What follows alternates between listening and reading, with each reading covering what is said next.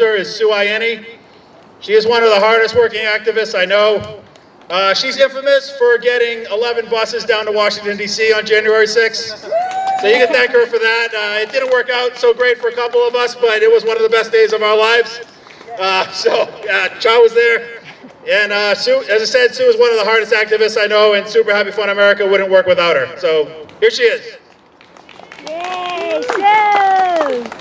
Thanks, Mark. That was very nice. What I want to talk about is something that's probably going to surprise you. Okay, since we're at a gun club, I thought it'd be apropos to talk about gun rights. Now, what is the first thing that the media and the politicians point to when they talk about gun crime? Is it inner city crime? Is it gang violence? Mass shootings. Mass shootings, that's right, mass shootings. And what do they say? They say we have to stop the mentally ill from getting guns. Let me tell you something about the history of this country. The treatment for mental illness and therefore mental illness records really didn't start until, really explode until Prozac Nation in the late 80s, 90s, and everyone was prescribed Prozac or Lexapro or whatever, and then they came out with more drugs.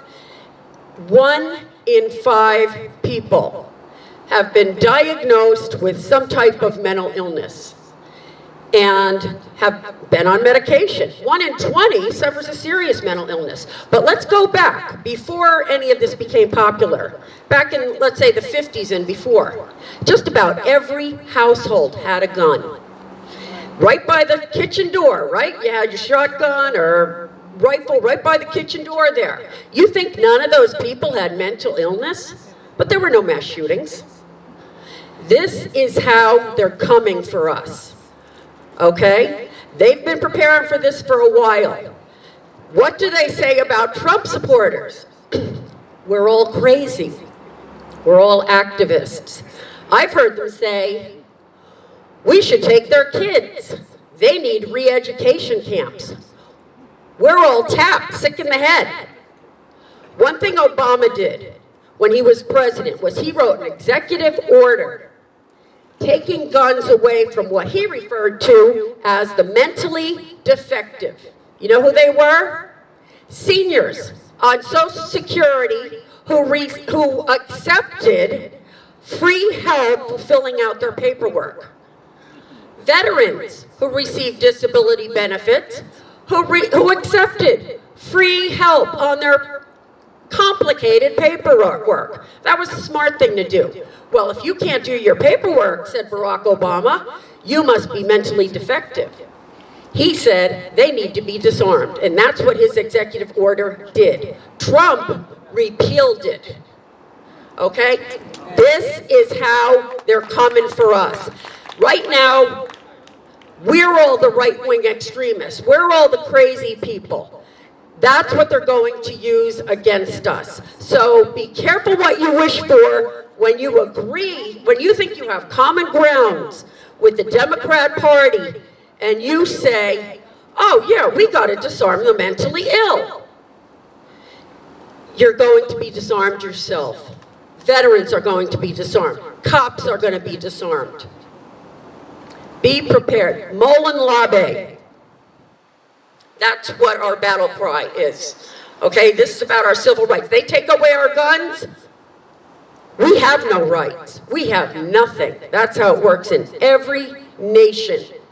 We're done. Okay, that's really all I wanted to talk about. Please think about that. Thank you. Next, I'd like to introduce Dave Kopak, who was very generous supplying our tarps, our sound equipment, and he's a true patriot with a great podcast with Red Pill Politics, and he'd like to address you all. He's a great speaker. Thanks, Dave. All right, well, I want to thank everyone for coming out today. It was a beautiful day. I'm sure there was lots of things to do, but this is important stuff. We don't have the luxury of time and buckle up. I came up here without a script, as usual, which means I'm going to speak from the heart. I'm glad they put me last, because it left all these other great speakers to hit on some major points. You know, Hal Shurtleff with Agenda 21, I hope he drove that home. I hope you understand the prevalence and the wet blanket that is. I really enjoyed touring around with Hal. And one of the things that I remember, a visual that I take from many of the times that we spoke together, was I was scanning the audience as he was talking. Hal would often do the macro, and I would do the micro. See, I just got off a 17-year stint as department head in my town. I was the conservation department head. And spotless record. Got fired last April because I refused to go on a site visit and wear a mask. It was an outdoor solar project, 100 acres or more of forested land. And I promised I would give everyone that wanted 6 feet, and I said I'd give you 60. But it doesn't matter. They'll cancel you, you see, if you don't toe the line. But one of the things that I noticed is Hal and I were talking. He would do the macro, I would do the micro, and my eyes were scanning the audience. And every single time we get about halfway through our presentation, and you could see the lights go off. People were thinking, they're connecting all these dots now. Know your enemy is what it was. These people were collaborating with people who were liars that did not have their best interest in mind. They were collaborating with the enemy, and once they got it through their head that these people are vicious to private property rights, then they would come together, and as Hal said, it didn't take but 2 months and they kicked Ickley out of Carver. The people understood that the devil was in their dining room, not coming, they were there. All right? And the deviant way that they come across with things, Ickley got in easy because they call it governments for sustainability. You know, some 5-year-old probably say, well, what does this acronym Ickley stand for? Well, the I in Ickley is international. So it's nothing local at all. Comes from the UN. But it was amazing to watch all those eyeballs go wide, and they started making those connections. And great things did happen in the wake of that. You had people talk about the Second Amendment, something I'm partial to. I grew up in the country. I used to bring my shotgun to school and go squirrel hunting and pheasant hunting. It wasn't unusual. We didn't have mass shootings. You know, as I looked, when this started, this phenomenon of mass shootings and school shootings in particular, and I looked back into the 1800s, and there were 1, maybe 2 people that would be shot in a school. Every single case, it was a case of a bully, where some one kid was just horrendously bullied, and one day brought a weapon to school, and when the bully came after him, he technically did what the Second Amendment calls for and defended himself. And then you look and all of a sudden, whoa, 10, 20, 30, the number of people dying in these school shootings just went up exponentially. And you know what tracked with that? A perfect parallel line. It was also mentioned up here at this podium, was the drugs. The number of drugs that these kids were on. Ones that have homicidal and suicidal thoughts is a side effect. And I hesitate to call it a side effect. It's real, it's an effect. And that is what tracked those shootings. Gun control. We created, like shooting fish in a barrel, we create gun-free zones. And there was someone who was dancing around the edge of the solution is, yeah, you get rid of the gun-free zones for sure. That's a good start, right? That's not enough. We need our teachers and our staff trained, proficiently trained in how to use a firearm. I don't want a lunatic ever to say, whoa, you know, this school looks like a good target. Let no school look like a good target. We've had events here with hundreds of people, dozens of kids running around, and if someone wanted to come and do harm to innocent people and children, why don't they come to a gun club? Never, not one in history. Let's make those schools the same thing. Let the next deviant that passes by a school with that warped little thought in their head like they're gonna hurt someone, I want them to think, because this is what would have been different down in Texas, you see. That woman that went in there, that teacher, saw the guy come in for the school. Said, oh, this doesn't look good. She ran for the door, moved the block, shut the door. A door that was supposed to automatically lock and didn't. Not her fault, maintenance. But what should have happened when that lunatic came to the door with his rifle, kicked the door open, is she should have let a volley of about 3 go and center mass. She should have been there and protected those kids right then and there. And what did we see?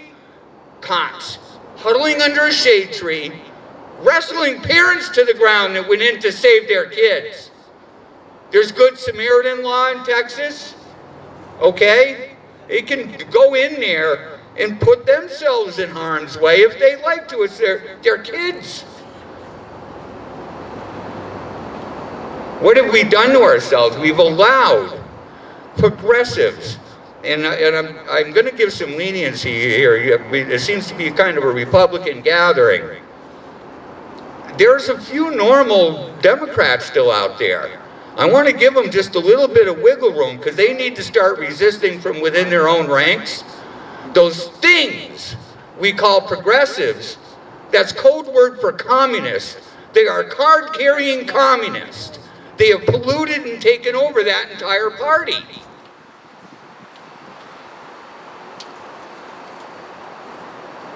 The red wave. I'm going to be the turd in the punch bowl now. Go ahead. I challenge your vision of what this red wave is.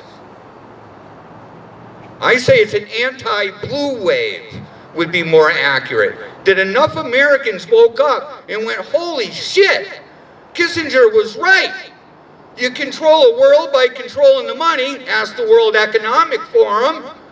You control nations by controlling the fuel. Look at what the Biden regime is doing.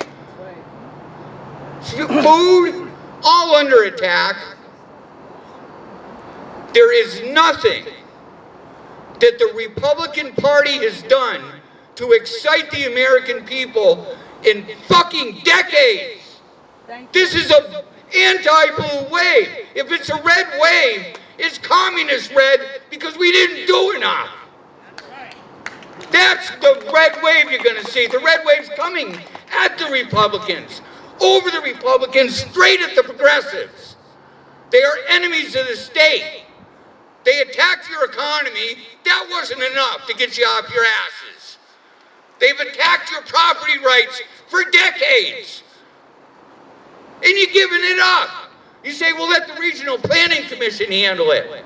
Sure. I downloaded my regional land use plan just a couple of weeks ago to update myself. I did a word search for private property. I got 0 hits. I did a search for environmental justice zone and got upwards of 70.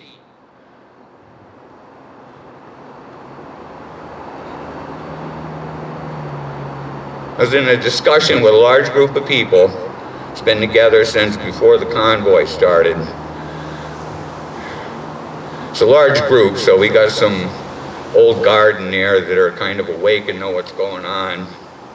And then you got some others that can smell the rotten body under the porch, but don't quite know, haven't put all the pieces together yet. And they're just pondering, what do we do? Who's gonna lead us? Is Trump gonna do it? What can we do? And they're all looking around like someone's gonna prance onto their view on a white horse and jump off and say, ta-da, this is it. This is how you get liberty. No one's gonna come in and save you. I look back at our founders, I look at natural cycles, that's the environmentalist in me, I guess, is I look at natural cycles, history, you know, we're doomed to relive it if we don't remember it, right? So I looked at the situation with the founders. I mean, they did, in fact, secure liberty in this country, didn't they? I mean, they revolted over a small tax hike on a breakfast beverage, pissed them off enough to shoot the British in the face and drive them into the Atlantic Ocean. There was enough tyranny for them. Who did they go to? They didn't have a Trump. They didn't have anyone on a white horse that was going to ride in. It was them. They were their own heroes. They made it happen. It was the yous and me's of that time. If you're here today and not home watching TV, you're the founders of today. Next year, this republic will not be the same if you sit on your hands and you play on Facebook and just commiserate. We are going to lose the republic. I promise you. Your pantries are going to be empty next year this time. You're not going to have as much food in there. We're seeing a little bit of inflation right now. Puppy stuff, I promise you. Just a little taste. Just to give us a little warning, maybe. You know, maybe generate a few profits for the corporations. But I promise you, next year, when the crops that aren't being grown right now, all right, because we're actually living on last year's crops, all right, you're going to see not just hyperinflation, you're really going to see empty shelves. Not those staged little Facebook pictures that people take when they find an aisle that's a little scarce. They're going to be empty. Then they're going to get looted.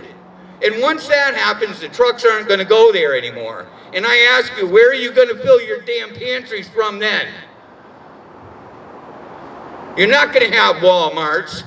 You're not going to be able to go to Walgreens whenever you're not feeling well. The whole system's coming down. It's controlled demolition so that they can bring in this new, a great reset. If we thought the Federal Reserve was bad, and it was, wait until you see what's coming. You are all going to be serfs in what is supposed to be the freest nation of the world. Inactivity, passiveness is not going to rule the day. We were warned not to tolerate tyrannies while they were tolerable. That you lash out at everyone, every time. Someone who knew, and I promised from the first time I had Jeanette Finicum out at one of my events, that I would bring this damn flag everywhere I went, so no one would forget Lavoy Finicum. Here's a guy that got off his ass, out of his comfort zone, not that he spent much time on his ass because he was quite a rancher, worked all day, raised 60 boys. There's one foster family I'm very proud of. They raised 60 young men in that house. And they worked on a ranch. They learned hard work and ethics. And Lavoy got up one day when he saw the ranchers states away, having their rights squandered and eviscerated. A county that had 53 ranchers now had one left that was fighting. And he got killed, he got murdered, ass deep in the snow, on his way to meet with the sheriff. We cannot afford to let the jackboots go on our neighbor's door and then just pull our damn shades. We've got to run to the rescue. If they're going to shut you down again, I don't know if you've been watching the prostitutes and the political whores on TV. They're telling you the game plan. They're shutting you down again. This time it's monkeypox, I believe. Isn't that it? The Omicron. That was pretty scary. Oh, that had me going for a while. Now we're on the monkeypox. I had no idea there was just so many gay men having anal sex in this country to call it an emergency, because that's really all this being, this is where the problem is. But they're going to shut you down. They're going to close your businesses, and this is where big government knows. If they can get compliance with the business sector, they got you. right? You have no place to go shop if they close their doors. Do what that gym owner that was mentioned up here, the gym owner from Worcester, he said no. They said, oh yeah, well, we're going to turn your lights out. All of a sudden you had a room full of generators. Oh yeah, well, we're going to turn your water off. Now he's got 300 cases of water in the back room. And there I am welding up a thing to open up his water through the street. Yeah, they put up plywood on his windows. They said, thank you for the plywood. The price of wood, I'll take it. And they opened up. The gun runner, South Shore, same thing. I'm not closing, won't do it. Stop sending you scary letters and your fines, I'm not doing it. And those two businesses did great. What we got to do when they come around to shut down your businesses, I asked everybody this, in your own little circle, we all have our little train track that we're on. We got those stores that we go to every day. We maybe go to the grain store a couple times a year, but make a list. Make a list and you call them and say, don't you dare shut down again. Don't you shame yourself, your family, your community. You open your doors. And I tell them too, it says, if you do this again, if you do this to us, I will drive 50 miles, pay twice as much for the exact same thing. You're selling out your country. And you let them know now, not when they're closing their doors and peeking through the blinds. And come to their defense. We've got to do this in numbers that cannot be overcome by just a couple of police officers or a few National Guard. Fear not and speak boldly, always. We are here where we are now because we have not spoken with boldness. We have reacted and reacted with fear. I am tired of being scared. What scares me right now is I've got two boys, because I was an engaged parent. All right, I went to the meetings. Not only did I go to the meetings, I wound up the chair of their parent advisory council. And I was at that position when I pulled my kid out of school and homeschooled them. Said, you drug pushing sons of bitches, you're not getting my babies. And I did.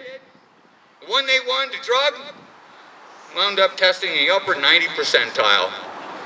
Went to college 4.0. Never did a drug. They're out in the real world now, and I don't know what else I can do to them. I still picture my sons, my youngest is 30. I still picture them in the palm of my hand. I can't help it. I guess it's a dad thing. I don't know what to do now to change the world. But I am every bit is intent, more so now than ever, to make damn sure that my grandbabies have at least what I had and what I knew as a child. That it's not going to slip away. We've got to reverse this. I could go on for 2 hours, but I'm really pissing myself off pretty good right here. So I'm gonna stop with that. I'm gonna thank you all for coming out. I'm gonna ask that if you want to get involved and stay involved, be signed up on groups like this. I had the Constitution Party. Make sure you get your name on there if you believe in something other than the two alternatives.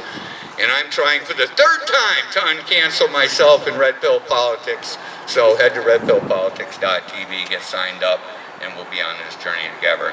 Thank you all.